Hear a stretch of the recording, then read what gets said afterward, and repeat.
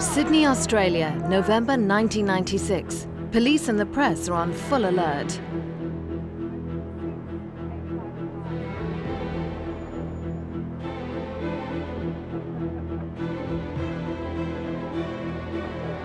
For the guests and dignitaries gathering at the Sydney Entertainment Centre, this is the most prized entry in the social calendar, the night they dine with Diana.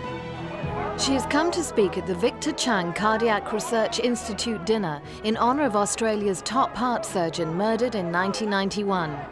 She praises Chang as an original thinker whose mind was not fixed on the traditional way of doing things. Her words have a telling transcript to the House of Windsor, for whom there is no other way than the traditional.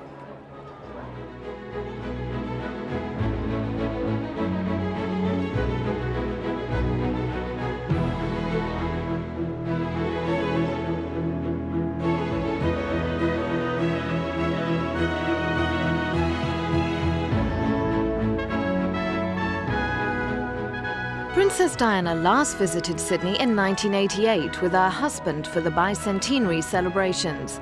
This is her first visit to Australia as the divorced wife of the heir to the throne, and there's an air of expectancy about the place.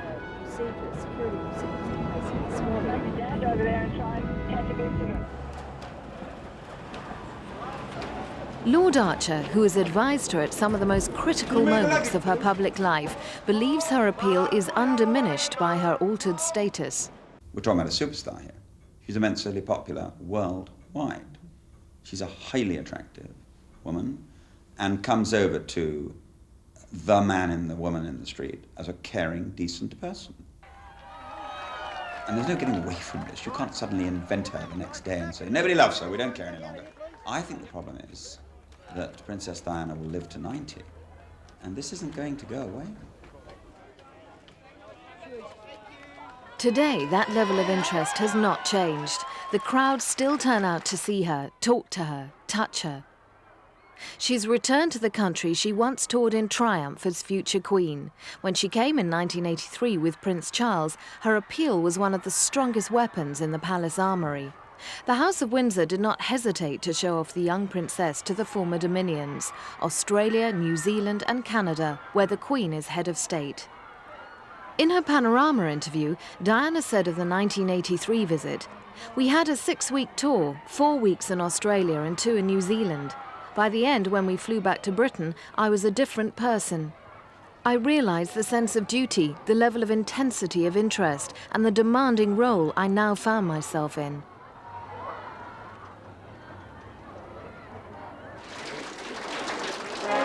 That demanding role was already taking its toll on the young princess. She was suffering from postnatal depression after the birth of William and from bulimia, an eating disorder. 13 years later, and now fully recovered, Diana, Princess of Wales, is a woman in her prime. Elegant, glamorous, an unequalled wearer of fabulous gowns, composed, in control, and very popular.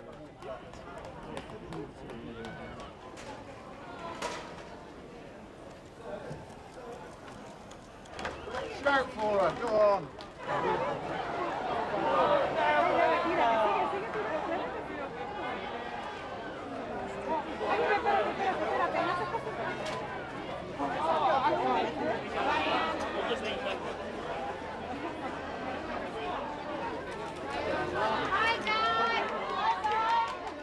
Despite her divorce from Charles, Diana still hopes to become a roving ambassador for Britain. What she wanted, and what she has striven to achieve over the last year, is to be allowed to go around the world and represent Britain in the way she has represented Britain in the past, but with the support, knowing that there would be the support of the government to help organise trips and so on. That hasn't been forthcoming. It's been a consequence of the divorce, therefore, that she's done her trips on her own, privately, individually. Back in 1983, the Waleses were immensely popular. Who could have guessed that their marriage had been anything other than a love match? It was a message that the royal family and their courtiers were keen to convey.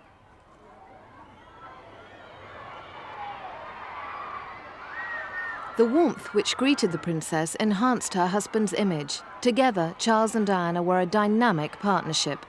Underneath, Diana was learning to cope with insuperable pressures while still full of doubt and lacking self-esteem, the root cause of bulimia which blighted the marriage. Had William been left in Britain, Diana may have been unable to cope with this long separation from her newborn son. However, Malcolm Fraser, the Australian Premier, arranged a temporary base for William so that Diana could be close to her baby.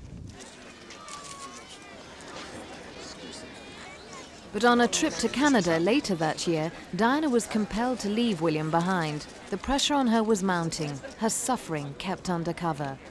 Asked on Panorama if she had felt she had to perform, Diana said, "I was compelled to go out and do my engagements and not let people down." In turn, the public supported her, carrying her through the difficult times.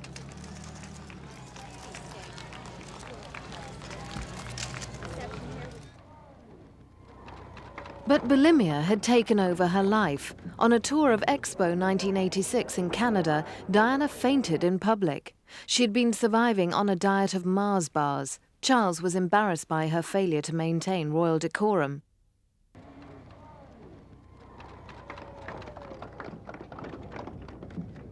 Diana's bulimia had its roots in an unhappy childhood. As a child, Diana had grown up next door to the royal family at Park House on the Sandringham estate.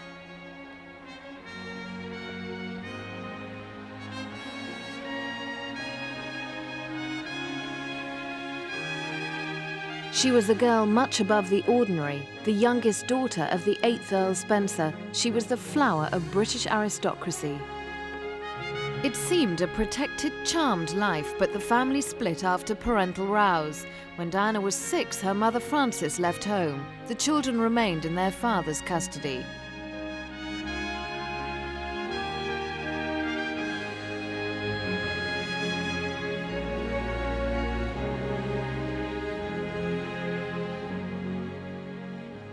Diana went to boarding school where she excelled at sport and music, coming home for events such as her sister Jane's wedding to the Queen's Assistant Private Secretary Robert Fellows, a crucial link to Diana's future.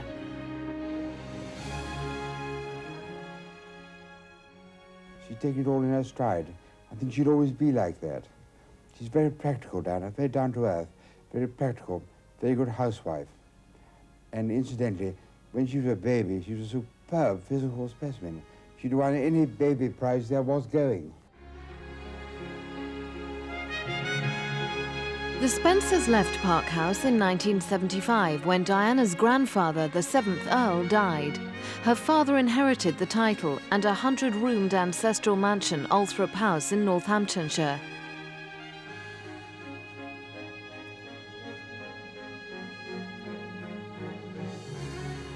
The Spencer line can be traced back to the Normans and beyond. There are links to Charles II. Diana's family can boast more English blood than the Germanic House of Windsor. The Honourable Diana Spencer became Lady Diana Spencer, entering adult life fully aware of her aristocratic background. I called my daughter Diana after her, because she's one of the old family names of the middle of the 18th century. There have been links with the monarchy and with the nation as a whole since the 17th century, really, because one of my ancestors was virtually Prime Minister to 3 kings, Charles II, James II, and William and Mary. And ever since then, there have been very close links with the royal family. I mean, Queen Mary was one of my godmothers. Prince of Wales, those days, was one of my godfathers. And my mother was a lady-in-waiting. And now my daughter has married the Prince of Wales. Becoming Princess of Wales was a dynastic prize. When Diana won it, her father's pride and delight was without bounds. On that glorious July morning, almost none of the world's 750 million television viewers had any idea of the truth behind the wedding of the century. Front row privilege in St Paul's Cathedral was given to Diana's closest friend, Sarah Ferguson, who knew many of her secrets. With Diana's maternal grandmother, Lady Fermoy, were her sisters Jane and Sarah. They knew of Diana's fears the day before the wedding and had comforted her, joking, "Your face is on the tea towels, so you're too late to chicken out now." As mother of the bride, Frances Shand Kidd, still strikingly attractive, returned in triumph to the court which had virtually exiled her after her bitter divorce from Diana's father. Diana's grandmother, Lady Fermoy, a close confidant of the royal family, had serious doubts about Diana's suitability as a royal wife. Well, she certainly said so to people, yes. But I think that that's the nature of being a courtier, that unfortunately you don't tell your employers what they don't want to hear.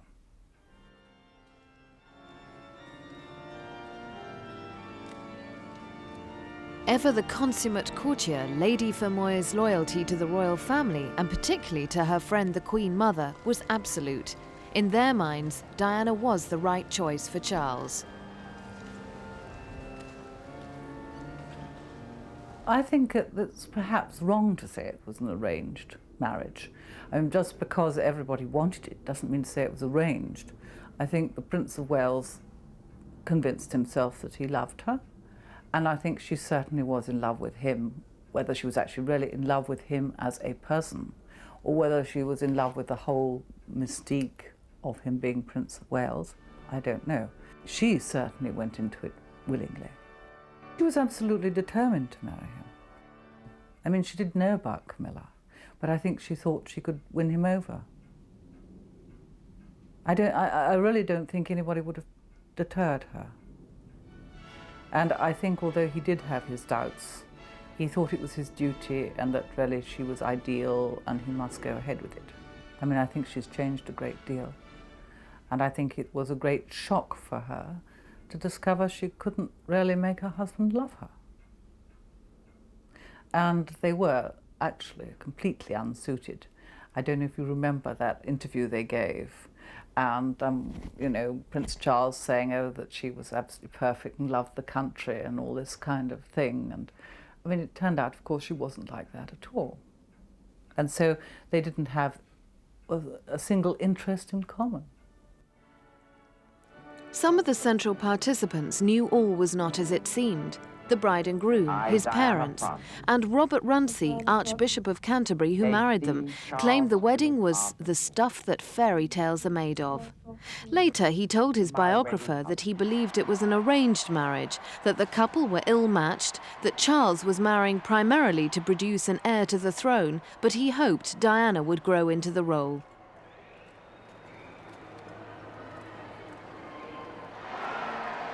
Both families had achieved an excellent piece of dynastic family planning.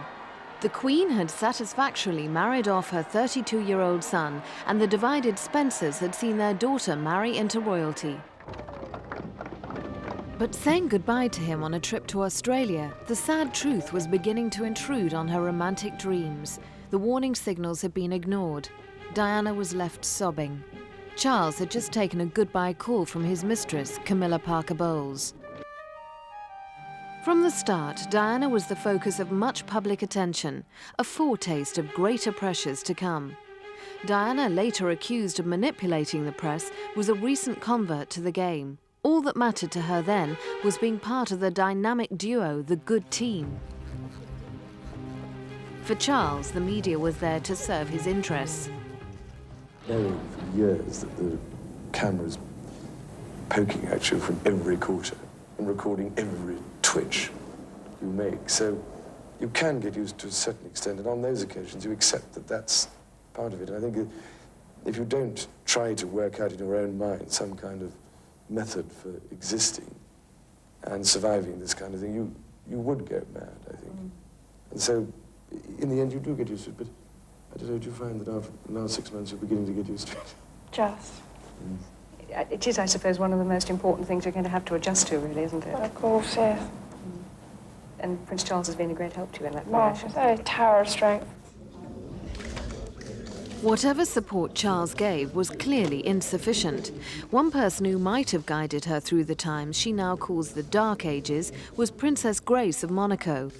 Based on her own experience of a life under the microscope, Grace took the nervous girl aside and gently warned her, "Don't worry, dear, it will get worse."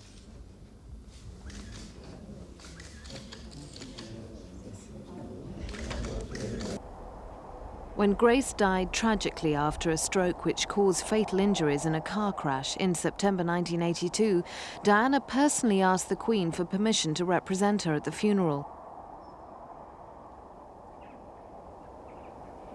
Privately, Diana was unable to bear the pressures of her life. A few months after her wedding, she threw herself down the stairs at Sandringham. You have so much pain inside yourself that you try and hurt yourself on the outside because you want help, but it's the wrong help you're asking for. People see it as crying wolf or attention seeking, and they think because you're in the media all the time, you've got enough attention, inverted commas.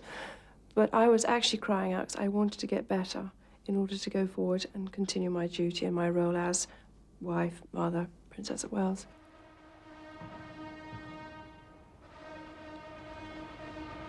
Diana wanted to remould herself into a visible queen in the making. At the state opening of Parliament in 1984, she appeared with her hair in an upswept chignon, but the publicity eclipsed the serious nature of the occasion. Princess Margaret scolded her, saying, "Don't ever upstage the Queen again."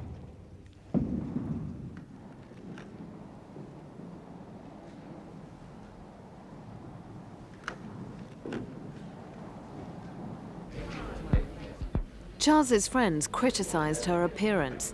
Columnist Jean Rook accused Diana of becoming a living, daily recycled Barbie doll. Diana is still nicknamed Barbie by some of the enemy camp.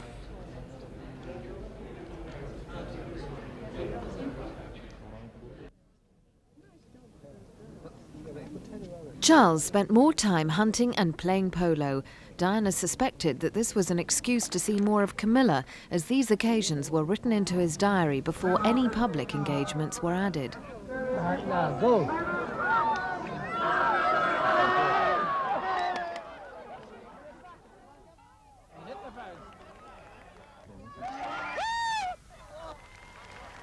Diana and Charles still put on a show of affection in public. Privately, they behaved with the politeness of strangers. Queen Alexandra put up with what King Edward VII did. We are living in a different age, and women have different expectations. And so I think it was rather difficult for somebody who wasn't brought up in royal circles to cope with this situation.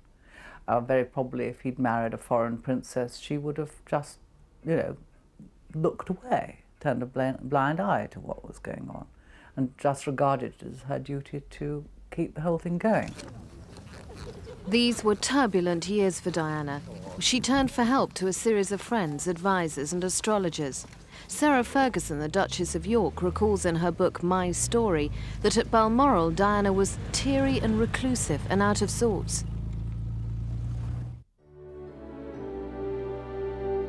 Diana's father was a vital prop in these difficult times when her marriage was disintegrating.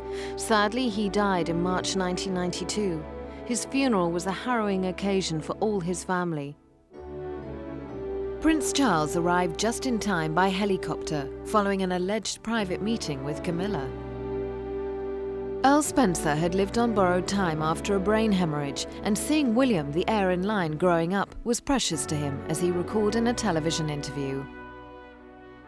William was 5 yesterday. I thought of that. I might not have been there, but I was there and able to ring him up and talk to him on his 5th birthday, which was great fun. Great day for him. Great day for him. You send him a lovely present, and maybe he has a happy day. And hope to hear all about it from him later on.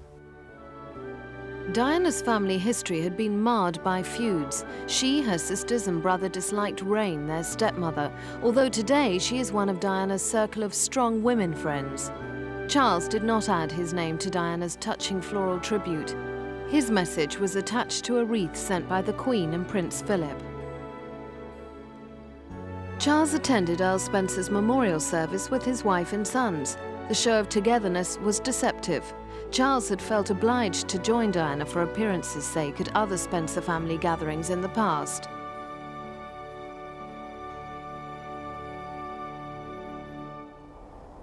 On his father's death, Diana's brother Charles became Earl Spencer.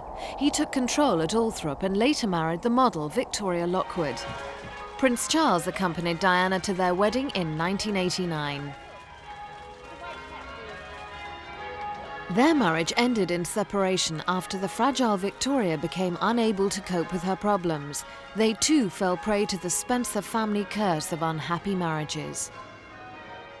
On holiday with King Juan Carlos of Spain and his family, Diana's frailties left her struggling to hide her unhappiness and her bulimia, whilst projecting a happy family image out of duty.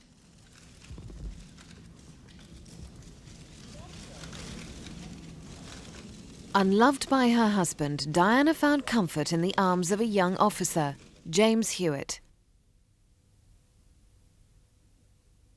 His looks are strikingly reminiscent of her father as a young man. Diana's love affair with James Hewitt lasted on and off for 5 years. When she addressed the wives of the Gulf War soldiers in 1991, Diana was thinking of her lover Hewitt, then a tank commander in the Gulf, often in the line of fire. There is nothing, of course, that I can say which will fill that gap in your lives. And to say that I, along with so many others at home, understand and sympathise with you at this time, sounds very inadequate and rather too easy. But it is the least I can do, and I do feel for you with all my heart. Diana admitted her affair with Hewitt. Did your relationship go beyond a close friendship? Yes, it did. Yes. Were you unfaithful? Yes, I adored him. Yes, I was in love with him. Despite what was going on privately in their lives, Diana still obeyed the whims of palace and government, accompanying Charles on foreign tours to fly the flag for Britain and the monarchy.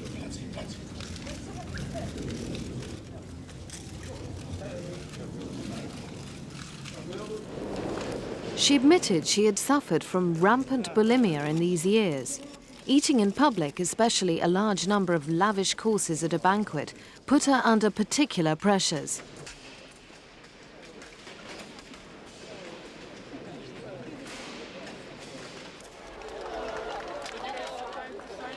But friction in the marriage grew over Diana's escalating popularity. Diana claimed that Charles was a proud man. He found her ascendance too hard to bear, and he ended the double act.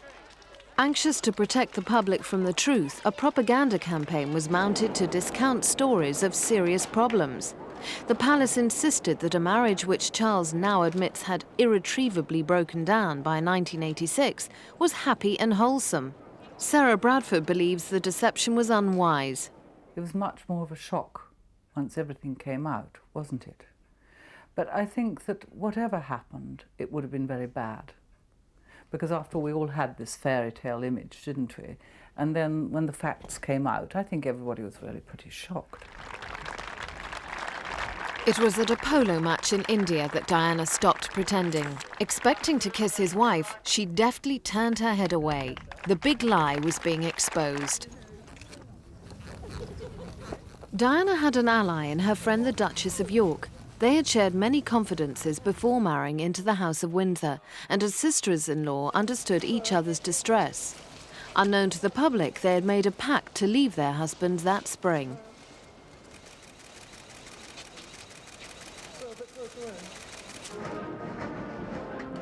Both deeply unhappy, Diana and Fergie had resolved to break from palace control and begin afresh in a search for happiness which had so far eluded them.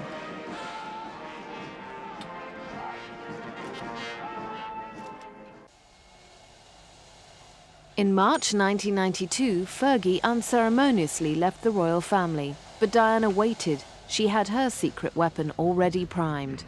A group of friends had told the hidden side of her marriage to the author Andrew Morton, whose book would be published that summer.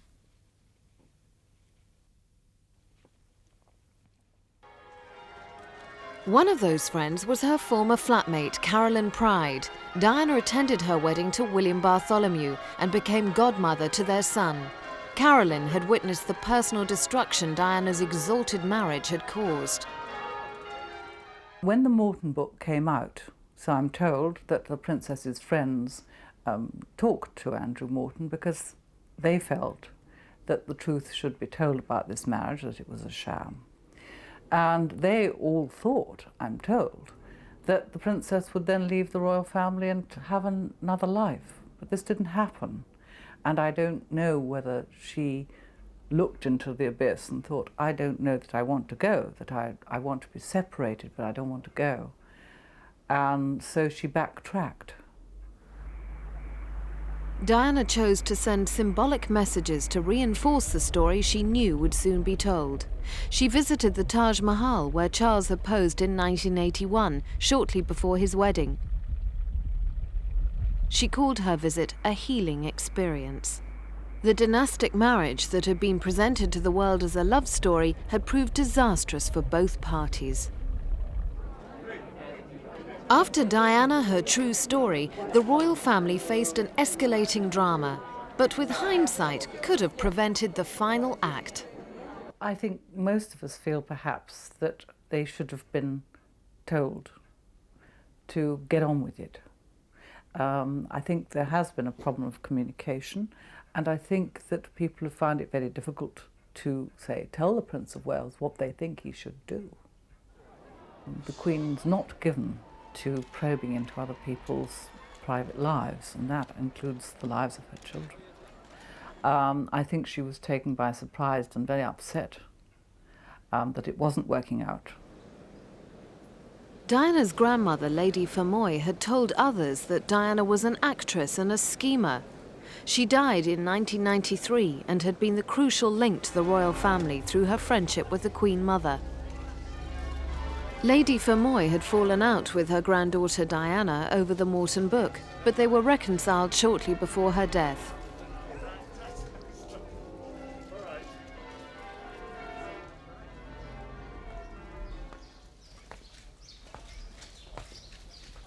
The old lady also patched up a long rift with her daughter, Frances, dating from her divorce when Lady Fermoy had testified against her over the custody of the children. Charles genuinely grieved for Ruth Fermoy. She had given him and the royal family the kind of unquestioning loyalty he expected from his wife. After exposing the sham marriage in Diana, Her True Story, Diana suffered reprisals. A tape of an intimate conversation between Diana and an old friend, James Gilby, was made public. Her friendships with other men were also made public. A series of phone calls made to the art dealer Oliver Hall were leaked to the media. Her relationship with rugby player Will Carling became front-page news. Shortly afterwards, he separated from his wife, Julia. After the publication of the notorious Camillagate tape, Diana found her role increasingly marginalised as Charles's office orchestrated a relaunch campaign. Following a disastrous tour of Korea in November 1992, the Wales would never again be sent abroad as joint representatives for Britain. John Major brokered a deal whereby the warring couple would live separately, but would preserve the official side of their union. He hoped that with arrangement, Diana could still become queen.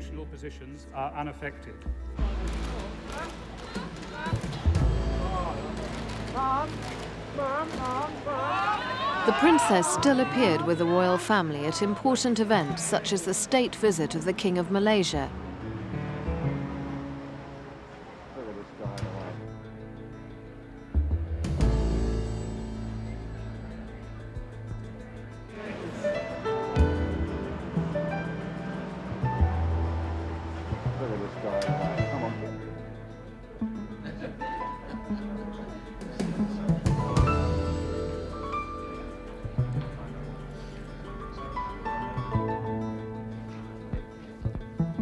This is the last time Diana joined the House of Windsor for such an occasion. Her potential as a great queen consort, all too sadly evident.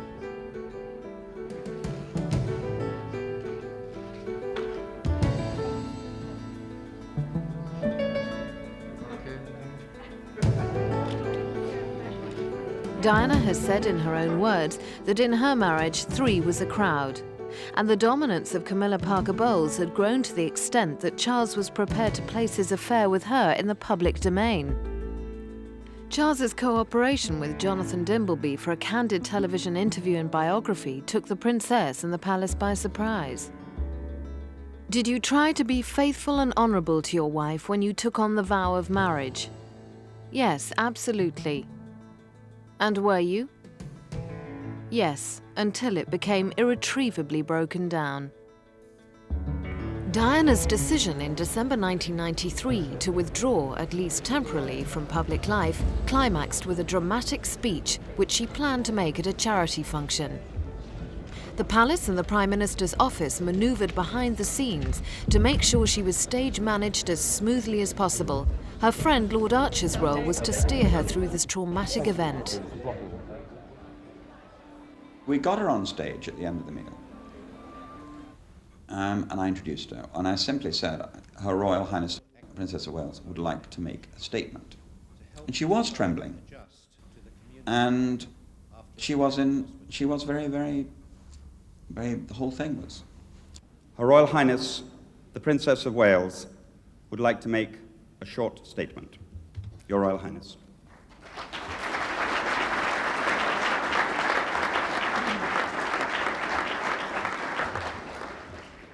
Ladies and gentlemen, it is a great pleasure to be here with you, sharing in your successes of the past year.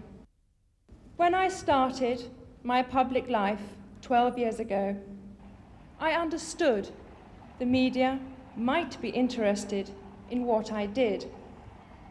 I realized then their attention would inevitably focus on both our private and public lives. But I was not aware of how overwhelming that attention would become, nor the extent to which it would affect both my public duties and my personal life in a manner that's been hard to bear. At the end of this year, when I've completed my diary of official engagements, I will be reducing the extent of the public life I've led so far. Obviously, I attach great importance to my charity work, and I intend to focus on a smaller range of areas in the future.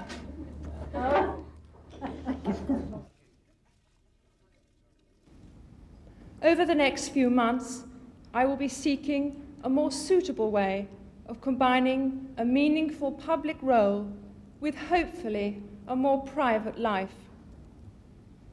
My first priority will continue to be our children, William and Harry, who deserve as much love and care and attention as I am able to give, as well as an appreciation of the tradition into which they were born. I would like to add that this decision has been reached with a full understanding of the Queen and the Duke of Edinburgh, who have always shown me kindness and support. I hope you can find it in your hearts to understand and to give me the time and space that has been lacking in recent years. I couldn't stand here today and make this sort of statement without acknowledging the heartfelt support I've been given by the public in general. Your kindness and affection has carried me through some of the most difficult periods, and always your love and care has eased that journey. And for that, I thank you from the bottom of my heart. I mean, this was pin-dropping stuff, because they hadn't been expecting it. They'd come to celebrate a charity function. They hadn't expected a constitutional announcement. And they burst into thunderous applause. And I could see her trembling.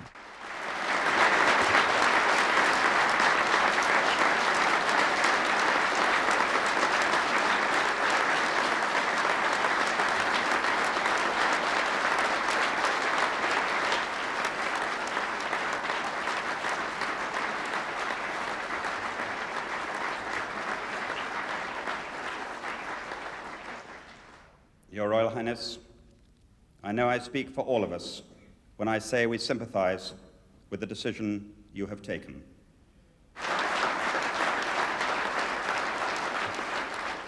Whatever course your life now takes, be assured there are many charities and individuals all over the world who will remain grateful for the dedicated service and care you have brought to everything you do.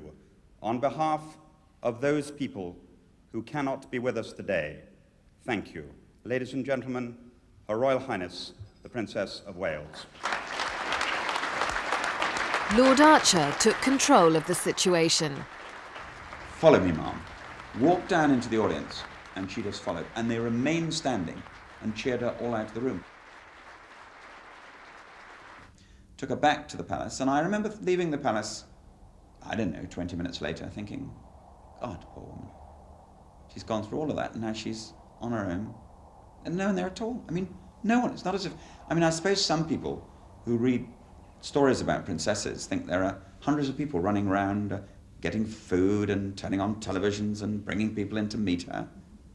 There was one man, who I think was called the equerry, and he left at 6. So she's in this great big house, all on her own. And I remember going back to my wife and saying, you know, wouldn't it be lovely to take her to dinner? Of course we can't. You can't ring up a princess and say, would you like to come to dinner? But I remember that evening vividly, thinking she must be very lonely. And then I reported what had happened during the day back to the Prime Minister, and that was the end of it. And she, in her typical good manners, she's a beautifully mannered woman, sent a handwritten note round here the next day with a small present, saying thank you for taking care of me during the day. Again, typical of her beautiful manners. Diana returned to public life the following year. The need to honour the brave and the dead of World War II meant that she took her place with other royals on commemorative occasions. Seen behaving with respect and dignity at these sad remembrances, alongside the Queen, there is a sense of loss. Diana is the Queen that never was.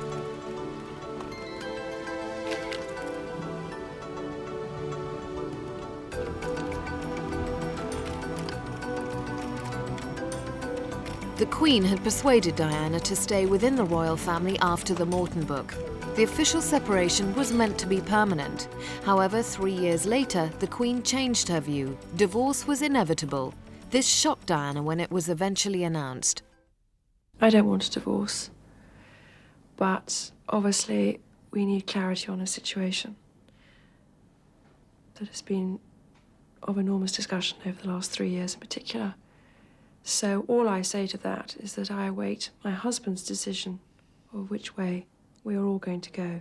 Diana did not agree to a divorce until February 1996, when she could no longer continue defying the Queen, whose letter sent in December had the private force of a royal command. Diana told friends she felt under pressure to get out. Well, I don't think she was removed from the royal family. After all, I think she removed herself. Although perhaps in the end she changed her mind and didn't want to get divorced, and I think made it plain that she didn't. Over the years, I think she'd given the impression certainly that she wanted out. And I think, as always in these divorce situations, who wants to make the first move? Because the person who makes the most move has to pay the most usually. I think that's perfectly true. She didn't want a divorce. She saw no need to divorce. She felt that the separation status gave her a position still. It was important to William and Harry. Everything Charles and Diana have done has been for William and Harry, and there was therefore no need to rush into a divorce. I mean, I think that most people thought, to be quite frank, that the Queen should have banged their heads together long ago and said, well, you know, there you are, you must get on with it. After all, we're not talking about two people who live cheek by jowl in a tower block and have no personal space. Plenty of room for that. So the trouble was, it just went on until it was poisonous. As part of her divorce settlement, Diana received £15 million. At their final meeting, she dissuaded Charles from having a note-taker present. She told him she had always loved him, she had no regrets about marrying him, and she was agreeing to a divorce against her wishes. She was an asset we could never have dreamed would be so good. And you see it when the crowds turn out and their reaction to her.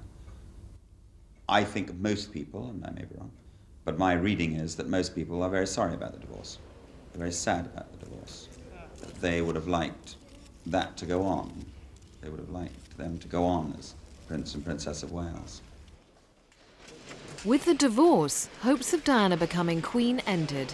She had claimed that the establishment she married into saw her as a non-starter for Queen. Her huge pulling power abroad did not secure her future at home. I'd like to be a queen of people's hearts, in people's hearts. But I don't see myself being queen of this country. If she doesn't want to be queen, she doesn't want to be queen. You could say that she doesn't like the idea. I personally would have thought she'd be rather good at it, just as she's been extremely good at being a Princess of Wales.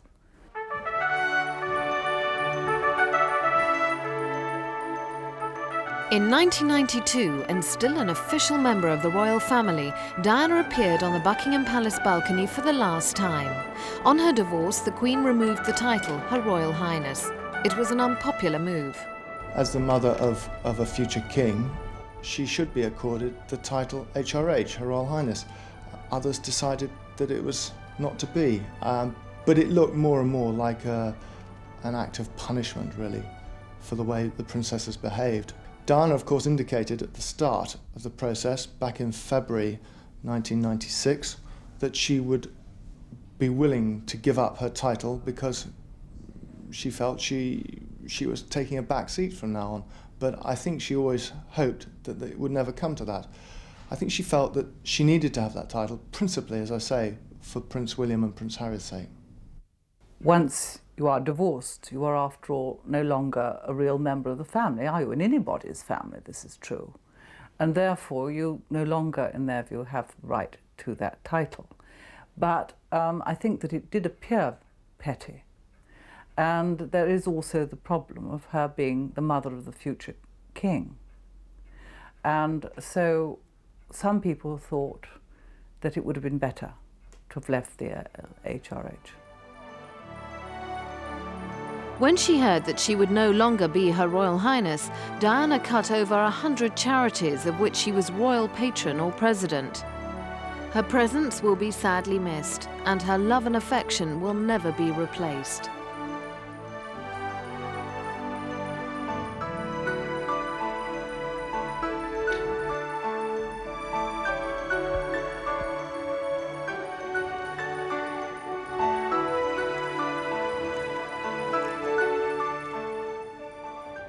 It meant an awful lot to the status she felt of her charities, and it was because of that, the removal of the title, that in fact she decided to cut so severely back on all her charity work and her charity commitments. The campaign for a better understanding of AIDS also found a sympathetic supporter very early on. Diana was not afraid of controversial issues. Public concern and confusion about the facts had been growing. But pictures like this did more than 1,000 reassuring words from doctors.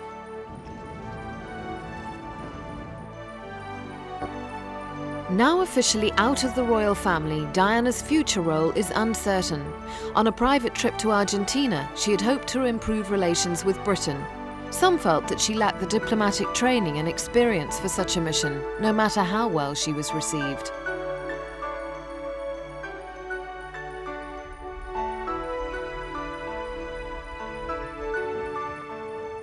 Without a formal role, Diana's foreign trips can leave her open to political wrangling. This was the case when Diana accompanied her friend Jemima Khan to her husband Imran's hospital in Pakistan.